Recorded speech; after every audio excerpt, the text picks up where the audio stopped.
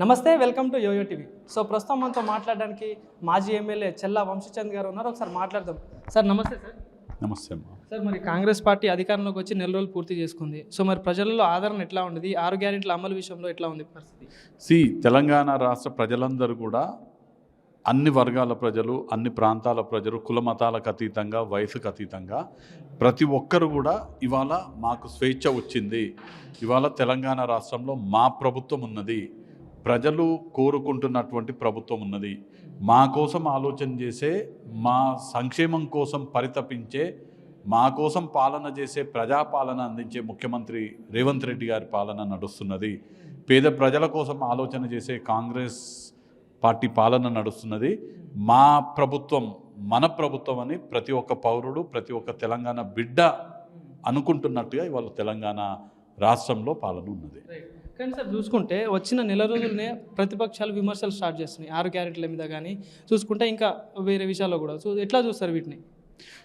ప్రతిపక్షాలు వాళ్ళు అధికారంలో ఉన్నటువంటి 10 సంవత్సరాలు ప్రజలని, రాష్ట్రంలో ఉన్నటువంటి అన్ని వర్గాల ప్రజలని మోసం చేస్తే ప్రజలు తిరగబడి ఇవాళ కాంగ్రెస్ పార్టీ ఒక్కటే పార్టీ దేశంలో, మాట ఇస్తే మాట తప్పనటువంటి పార్టీ కాంగ్రెస్ పార్టీ, మాట ఇస్తే మాట తప్పనటువంటి నాయకురాలు సోనియమ్మ, తెలంగాణ రాష్ట్రం ఇస్తామని చెప్పి తెలంగాణ రాష్ట్రం ఇచ్చినటువంటి పార్టీ కాంగ్రెస్ పార్టీ. ఆంధ్రప్రదేశ్ రాష్ట్రం ఒక పెద్ద రాష్ట్రాన్ని రాజకీయంగా కోల్పోయినప్పటికీ తెలంగాణ రాష్ట్ర ప్రజలకు ఇచ్చినటువంటి హామీని దృష్టిలో పెట్టుకొని తెలంగాణ రాష్ట్ర ఏర్పాటు చేయడం జరిగింది.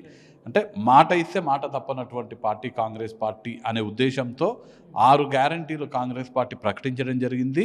కాంగ్రెస్ పార్టీ ఏ హామీ ఇచ్చినా హామీ నిలబెట్టుకుంటారు కాబట్టి ఖచ్చితంగా హామీ ఇచ్చినటువంటి 6 గ్యారంటీలు అమలు చేస్తారనే నమ్మకంతో కాంగ్రెస్ పార్టీకి పట్టం కట్టి కాంగ్రెస్ పార్టీకి మెజార్టీ ఇచ్చి అధికార పీఠంపై కూర్చోబెట్టడం జరిగింది.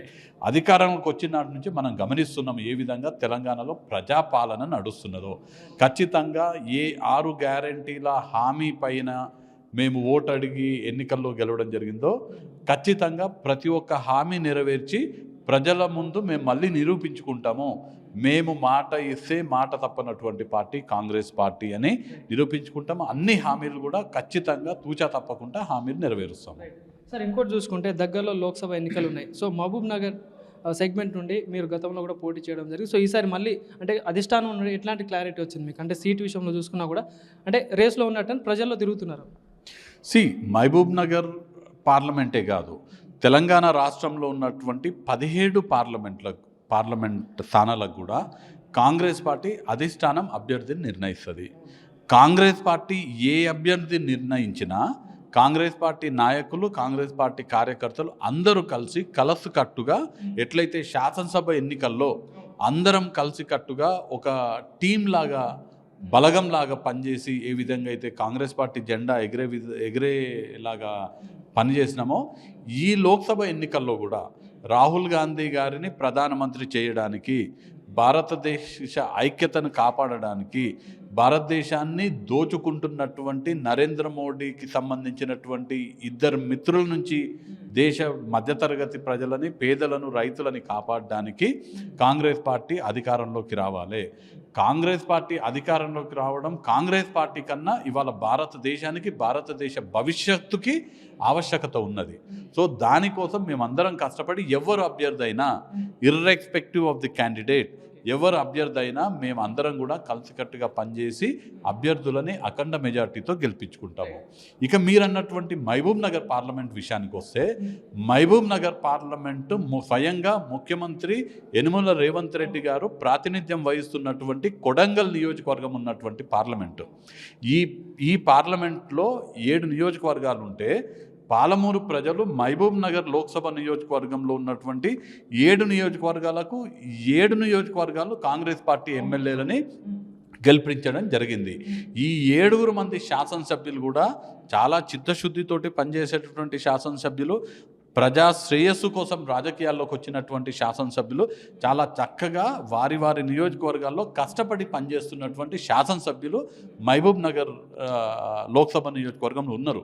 షాద్నగర్ నియోజకవర్గం నుంచి ఇర్లపల్లి శంకర్ గారు కానివ్వండి, జడ్చర్ల నుంచి జనంపల్లి అనిరుద్ధ్ రెడ్డి గారు కానివ్వండి, దేవరకద్ర నుంచి జి మధుసూదన్ రెడ్డి గారు కానివ్వండి, నారాయణపేట నుంచి పర్ణికా రెడ్డి గారు కానివ్వండి, అలానే మక్తల్ నుంచి శ్రీహరి ముదిరాజ్ గారు కానివ్వండి, మహబూబ్ నగర్ మహబూబ్ నగర్ పట్టణం నుంచి మహబూబ్ నగర్ ప్రజలందరూ కూడా ఒక రాక్షసుడిని ఓడగొట్టినామనే ఆనందోత్సవంతో ఉన్నటువంటి పరిస్థితిలో ఎన్ఎం శ్రీనివాసరెడ్డి గారు గెలవడం. వీరందరూ కూడా అంటే ముఖ్యమంత్రి గారు కాక మిగతా 6 శాసనసభ్యులు కూడా ప్రజలతో మమేకమై ప్రజల కోసం పనిచేస్తున్న వారు ఉన్నారు.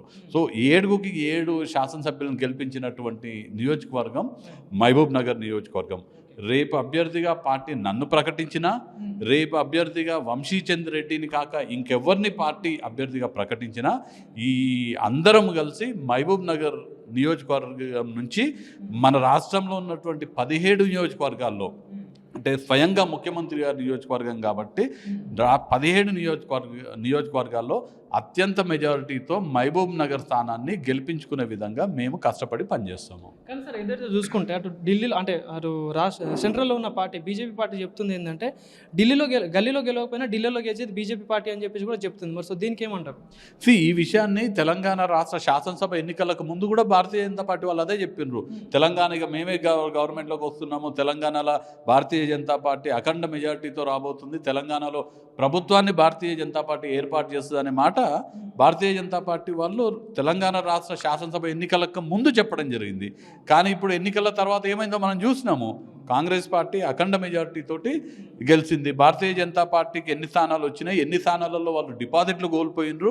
మహబూబ్ నగర్ ఫర్ ఎగ్జాంపుల్ మహబూబ్ నగర్ లోక్సభ నియోజకవర్గం తీసుకుంటే ఏ ఒక్క స్థానంలో కూడా ఒక నియోజకవర్గంతో మిగతా స్థానాలలో డిపాజిట్ కోల్పోయినటువంటి పరిస్థితి. అది భారతీయ జనతా పార్టీకి ఉన్నటువంటి స్థానం. ఖచ్చితంగా రాష్ట్ర స్థాయిలో ఎన్నికలు జరిగినా, దేశ స్థాయిలో ఎన్నికలు జరిగినా ప్రజలు పట్టం కట్టబోయేది కాంగ్రెస్ పార్టీకే. ప్రజలు మెచ్చే నాయకుడు రాహుల్ గాంధీ గారిని ప్రధానమంత్రిగా చూడాలని దేశ ప్రజలు ఇవాళ భావిస్తున్నారు. కానీ సార్ ఇంకోటి చూసుకుంటే ఏదైతే అటు ప్రధానమంత్రి నరేంద్ర మోడీ గారు కానీ చూసుకుంటే ఇటు సోనియా గాంధీ గారు తెలంగాణలో ఈసారి పోటీ చేస్తామని చెప్పేసి కటాకండి చెప్పడం జరుగుతుంది. సో ఎందుకంత ప్రత్యేకత, అంటే ఎందుకంత ఇంపార్టెన్స్ ఇస్తున్నట్టు? నరేంద్ర మోడీ గారు తెలంగాణ నుంచి పోటీ చేస్తారనే విషయాన్ని నేను మొదటిసారి వింటున్నా. ఒకవేళ అంటే బయట వినిపిస్తుంది. ఒకవేళ నిజంగానే అది జరిగితే నేను కూడా దాన్ని స్వాగతిస్తా. ఎందుకంటే కాంగ్రెస్ పార్టీ ఎంత మెజార్టీతో గెలుస్తుంది, ఆ ఎలక్షన్ ఏ విధంగా ఉంటుందో మీరు ఎన్నికల ఫలితాలు వచ్చిన తర్వాత చూడొచ్చు. తర్వాత సోనియా గాంధీ గారి విషయం వస్తే, సోనియా గాంధీ గారికి తెలంగాణకు ఉన్నటువంటి బంధం తల్లి బిడ్డకు ఉన్నటువంటి బంధం. తెలంగాణ రాష్ట్రం కోసం సోనియమ్మ ఒక తల్లిలాగా 9 నెలలు ఎట్లయితే తల్లి బిడ్డను మోస్తుందో ఆ విధంగా సోనియా గాంధీ గారు తెలంగాణ రాష్ట్రం ఏర్పాటు చేయడానికి అన్ని కష్టాలు పడడం జరిగింది. తెలంగాణ రాష్ట్రం కోసం ఎవరైనా అన్నిటికన్నా ఎక్కువ త్యాగం చేసినారంటే అది కాంగ్రెస్ పార్టీ, సోనియా గాంధీ గారు. అధికారంలో ఉన్నటువంటి పెద్ద రాష్ట్రాన్ని కోల్పోయి తెలంగాణ రాష్ట్రాన్ని ఇవ్వడం జరిగింది. తెలంగాణ రాష్ట్ర ప్రజలందరూ కూడా సోనియమ్మని తల్లితో సమానంగా చూస్తారు. కాబట్టి అదొక ఎమోషనల్ అటాచ్మెంట్ తెలంగాణ రాష్ట్ర ప్రజలకు సోనియమ్మకు. ఏ నియోజకవర్గంలో సోనియా గాంధీ గారు, మీరు తెలంగాణ రాష్ట్రంలో 17 నియోజకవర్గాల్లో ఎక్కడికైనా వెళ్ళి అడగండి, సోనియమ్మ మీ దగ్గర పోటీ చేస్తే ఎట్లుంటుందని, మీరు సమాధానం వినండి. ఎక్కడ సోనియా గాంధీ గారు మహబూబ్ నగర్తో సహా ఈ 17 నియోజకవర్గాల్లో ఎక్కడ పోటీ చేసినా అఖండ మెజారిటీతో సోనియా గాంధీ గారు ఆ నియోజకవర్గం నుంచి గెలవబోతున్నారు. మేమందరం కూడా ఆశిస్తున్నాము సోనియా గాంధీ గారు తెలంగాణ నుంచి పోటీ చేయాలని మేమందరూ కూడా కోరుకుంటున్నాము. ఒకవేళ మీరు నన్ను వ్యక్తిగతంగా అడిగితే నేను సోనియమ్మ వచ్చి మహబూబ్ నగర్ నుంచి, మన జిల్లా అయినటువంటి, మన పాలమూరు జిల్లా అయినటువంటి మహబూబ్ నగర్ లోక్సభ స్థానం నుంచి సోనియమ్మ పోటీ చేయాలని నేను కూడా ఆశిస్తాను. సార్ మరి ఎట్లా అంటే దగ్గరకు ఎన్నికలు కూడా ఎక్కువ రోజులు టైం లేదు, దగ్గరికి వచ్చేసాయి. సో మీరు ప్రచారం విషయంలో చూసుకుంటే ఎట్లా ఉంది మరి, ప్రజల్లో రెస్పాన్స్ కానీ తిరుగుతున్నారా ప్రజల్లోకి?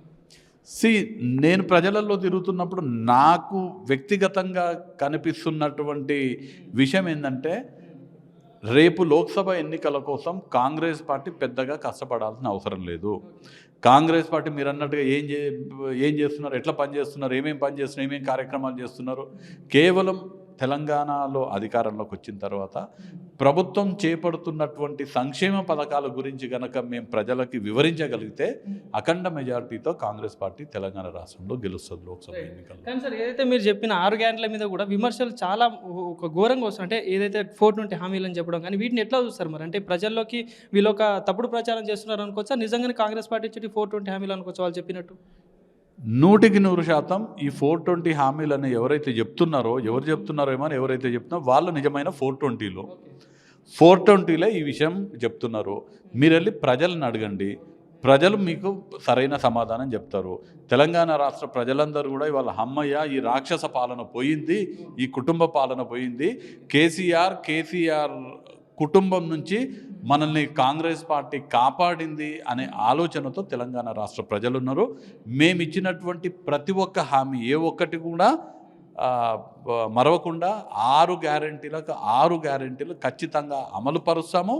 అమలు పరచడంతో పాటు అమలు పరిచినందుకు తెలంగాణ ప్రజలు మళ్ళీ మాకు పట్టం కడతారు. రానున్న లోక్సభ ఎన్నికల్లో మ్యాక్సిమం సీట్లు తెలంగాణలో కాంగ్రెస్ పార్టీ సాధిస్తుంది. అంటే ఎన్ని సీట్లు వచ్చే ఛాన్స్ ఉందంటే ఏం చెప్తారు సార్? మినిమం 12కు తగ్గకుండా లోక్సభ స్థానాలు తెలంగాణలో మేము గెలుచుకుంటాం. ఇవాళ 3 స్థానాలు ఉన్నాయి తెలంగాణలో కాంగ్రెస్ పార్టీకి. 3 స్థానాలకు బదులు మినిమం ఖచ్చితంగా 12కు 12 స్థానాలు, మినిమం 17కి 12 స్థానాలు అయితే ఖచ్చితంగా సాధించుకుంటాం. కానీ సార్ ఏదైతే చూసుకుంటే అటు బీఆర్ఎస్ కానీ బీజేపీ కానీ ఈసారి ఎట్లయినా వారు తెలంగాణలో గెలిచేది మేమే అని చెప్పేసి కూడా కడాఖండిగా చెప్తున్నారు. సో మరి దీని మీద ఏమంటారు? భారతీయ జనతా పార్టీ బీఆర్ఎస్ అంటున్నారు కదా, క్షేత్రస్థాయిలో కనుక పరిస్థితులు చూస్తే ఇవాళ వారికి పోటీ చేయడానికి అభ్యర్థులు కూడా దొరకట్లేదు. ఈవెన్ సిట్టింగ్ ఎంపీలు కూడా, సిట్టింగ్ లోక్సభ సభ్యులు కూడా పోటీ చేయడానికి సుముఖత వ్యక్తం చేస్తూ మేము పోటీ చేయమని తప్పించుకునేటువంటి పరిస్థితి కనిపిస్తుంది. దాన్ని బట్టే వాళ్ళకు ప్రజలలో ఉన్న ఆదరణ ఏ స్థాయిలో ఉందో మనం అర్థం చేసుకోవచ్చు. ప్రజలు ఇవాళ కాంగ్రెస్ వైపు ఉన్నారు. ఖచ్చితంగా కాంగ్రెస్ని గెలిపించాలని ప్రజలు ఆల్రెడీ నిర్ణయించుకున్నారు. కానీ సార్ ఇంకోటి చూసుకుంటే రీసెంట్గానే బండి సంజయ్ లాంటి వాళ్ళు కూడా బీజేపీకి లోక్సభ ఎన్నికల్లో ఓట్లు లేకపోతే తెలంగాణకు వచ్చే నిధులు ఆపేస్తామని కూడా చెప్పడం జరిగింది. సో దీని మీద మీరేమంటారు? బండి సంజయ్ గారు కలలు కంటున్నట్టున్నారు మళ్ళీ కేంద్రంలో కూడా భారతీయ జనతా పార్టీ అధికారంలోకి వస్తుందని. కేంద్రంలో భారతీయ జనతా పార్టీ అధికారంలోకి వచ్చే ప్రసక్తే లేదు.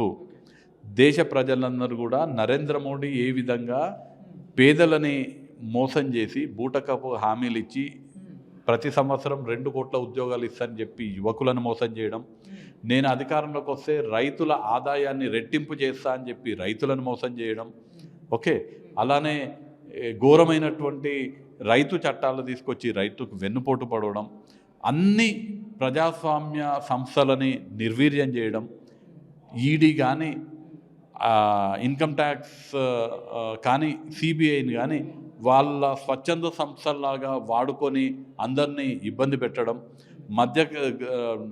ఏదైతే నోట్ల రద్దు పేరుతోటి పేద ప్రజలని ఇబ్బంది పెట్టడం, ఇవన్నిటి ద్వారా దేశంలో ఉన్న ప్రజలందరూ కూడా విసుగు చెందడం జరిగింది.